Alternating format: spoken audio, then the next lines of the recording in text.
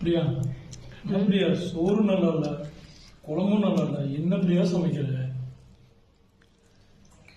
அப்பா அப்படி சொல்லுங்க.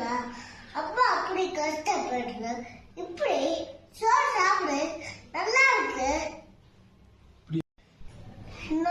சின்னதிய தூக்கி இருக்கு, வேலை செய்யுது.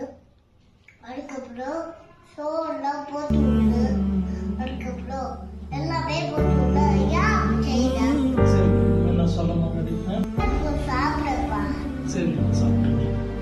நல்லா சமையா. சரி, இனிமேல் நான் அம்மாவை திட்ட மாட்டேன்.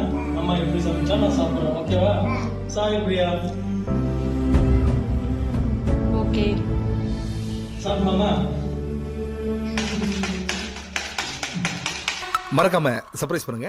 தேங்க்யூ.